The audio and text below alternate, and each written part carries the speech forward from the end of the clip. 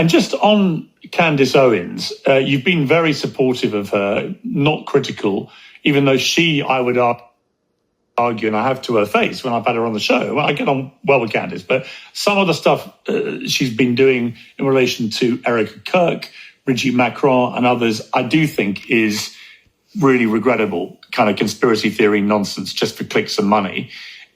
Why would you hesitate before criticizing her over stuff like that? I've criticized Candace many times over the years. We've had many public fights over the years. But isn't it interesting that you will, quote, platform Candace? She hasn't been on my show in several years, but I get all the hard time. Why am I getting that? You're the one, quote, platforming Candace Owens. She and I don't have that kind of relationship. Candace took a bunch of crap because she was very anti-Israel in the Gaza war. And it became a thing where you had to say she was terrible in her positioning. And then after Charlie died, she started questioning whether Israel had any role in it. And that's when they really tried to amp up the pressure on me to condemn her.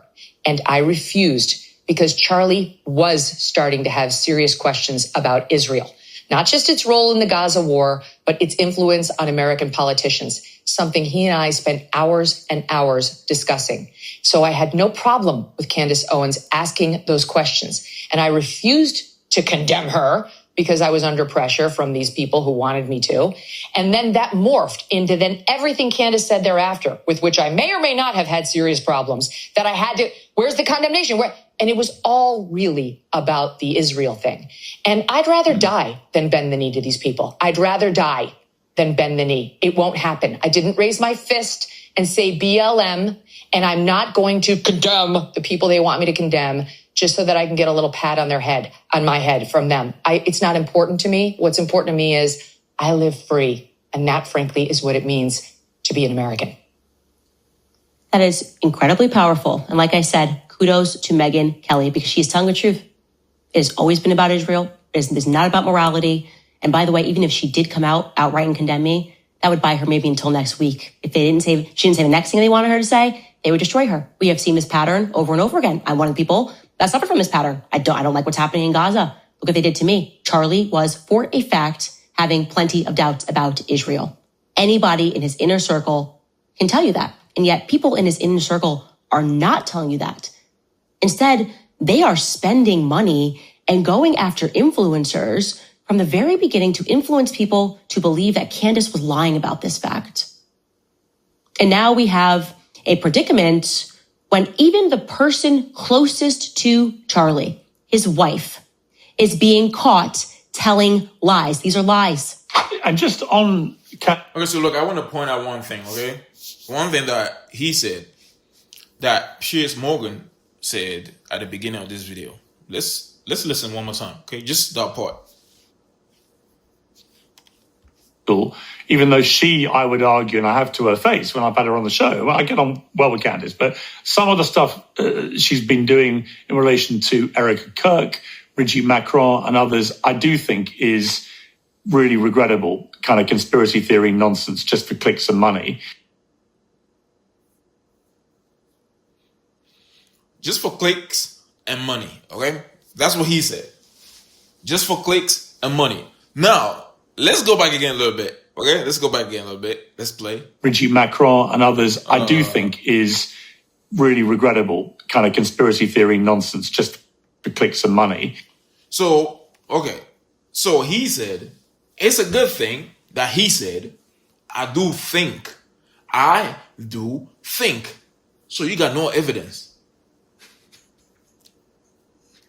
Okay? You, Piers Morgan, you got no evidence. You think. It is good to think, all right? You cannot stop anybody. You cannot even stop yourself from thinking. But you know what you can stop yourself from doing? Speaking. You can stop yourself from speaking garbage, okay? You said you think Candace came with a receipt. Now, who are we supposed to believe? Who we're supposed to believe? The person with the evidence or the person that thinks? Piers Morgan, this is garbage. There are just certain things that you don't say. Especially for somebody like you. You know what I mean? You do not say things like that. I do think. I mean, it's good that you think, but you cannot go against somebody that has evidence of what they said, not what they thought, but what they said. Even in court, you will lose. Okay, you will lose because you got no evidence of what you're saying. But the person that you're going against, the defendant, got the evidence of the things that they are saying. Okay, and then let's talk about Megyn Kelly. All right. Honestly, nothing there, man. She said it all, and then she said it right. What do you guys think about this, man? What do you guys think? Comment below, like, subscribe. Shout out to Candace Owens for this video. Yes, sir. Did you guys watch Black Mirror? It was a highly successful television series. I watched it. It ran for 7 seasons. Now, for those of you who have not seen it, it was essentially about the not so distant dystopian technological future. If I had to boil it down in layman terms, I would say that it sort of implied a moment where technology would overtake humanity. Every episode is different, but the implication is the same, that things are eventually going to become automated and they are going to be able to monitor and control humanity via systems where they, I think eventually are aiming to convince people to give up believing in actual reality to instead live in sort of a permanent simulated reality. Trump needs his ballroom. Anyway, the ballroom is not something that should be ignored because this is not about a ballroom, obviously.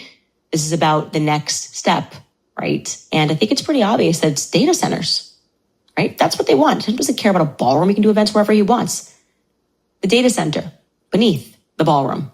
That's what they're suddenly pushing, by the way, all across America. You've seen the headlines. A data center intended to be twice the size of Manhattan in Utah. The facility will require about 9 gigawatts of power, which is more than the entire state of Utah currently consumes. And it's going to suck up a significant amount of water in an area that has been hit by severe drought in recent years. Last week, the project was approved by the county's commissioners, despite thousands of objections lodged by Utah residents. Joke's on you, Utah residents. They will pay off these politicians. They don't care about you. You are something to be managed. There are people that are corrupt. They will pay them off. We don't care how much you protest. You're getting these data centers. That's what happened here. If we're going to compete with China, that's the pitch. You're going to compete with China. No, I think what's happening is our government is competing with China to create a surveillance state. What's happening, right? High-powered artificial intelligence centers all across the United States. That's what's happening. But the question is, to what end? Okay, what is the actual goal? It's obviously evil and dystopian. If you're not aware of that, you have to wake up to it, okay? The aim, to me, appears very clearly to be a surveillance state. Like I said, they want what China has. But the enhancement of surveillance with AI tools is how you now walk through the Dubai airport. And you also walk through some airports here in the U.S. Facial recognition technology has finally got to the resolution using AI's tools. It's going to run through your data center. There'll be pictures of all. Oh, hold up. Sorry, I'm pausing, okay? He talked about it, facial thing, right? So when I used to get out of the country, when I come back, you will have to go through the security. You have to go through that. So if I landing in Chicago, right, before I take the next flight, so Chicago is the first state in the country where I land. So I land in Chicago. They have a section for citizens and they have a section for people, immigrants or whatever. So I go to the part for the citizens, right? I used to go through that, but there was so many people standing waiting, and then you get to go to the gate, and then you talk to the guy, and then he does everything that he does. But okay, this time, I think it was I remember last time that I went, it wasn't long ago, right? When I was coming back, I got to the airport, and then I went citizens, and then immigrants, but I went to the citizen part, and then they just had like a little thing over there. I just looked at it, and then it hit green. It hit, okay? I looked at it, and then my facial, it says green. The rectangle on my face went green, and it gave me something called, it was like a little piece of laminated paper. It had DEPT on it. I think. Something like that. And I didn't get it. I was like, oh, that was fast. Usually it's slow when I go through those, the gate and I get to talk to the guy and then this and that. But this time it was fast. And now that he talked about the facial recognition thing in the airport, that is it, man. We are right there. We are already right there, dude. That is insane. I mean, honestly, it was efficient. Not gonna lie. It was fast. It was fast. Usually when you get to Chicago and you get another plane to come to LA, right?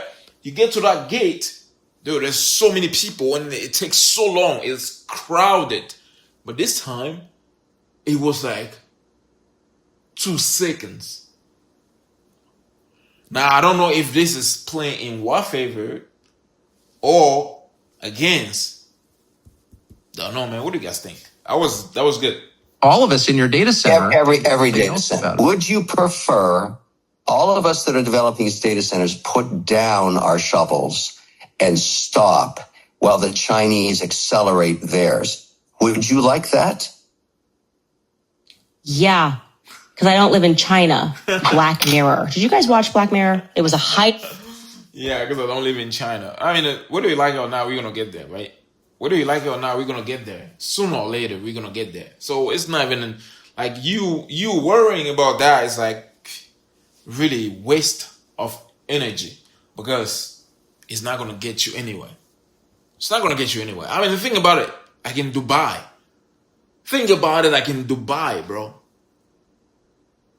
It is safe, but really, who is it safe for? I mean, it comes with a price, right? It all comes with a price. What do you guys think about this, man? Comment below, like, subscribe. I'm hoping this was a good video. I'm going to catch you guys next time. Thank you for watching. Appreciate you guys. Shout out to Candace Owens. Shout out to Talker. Shout out to the other guy. Appreciate you.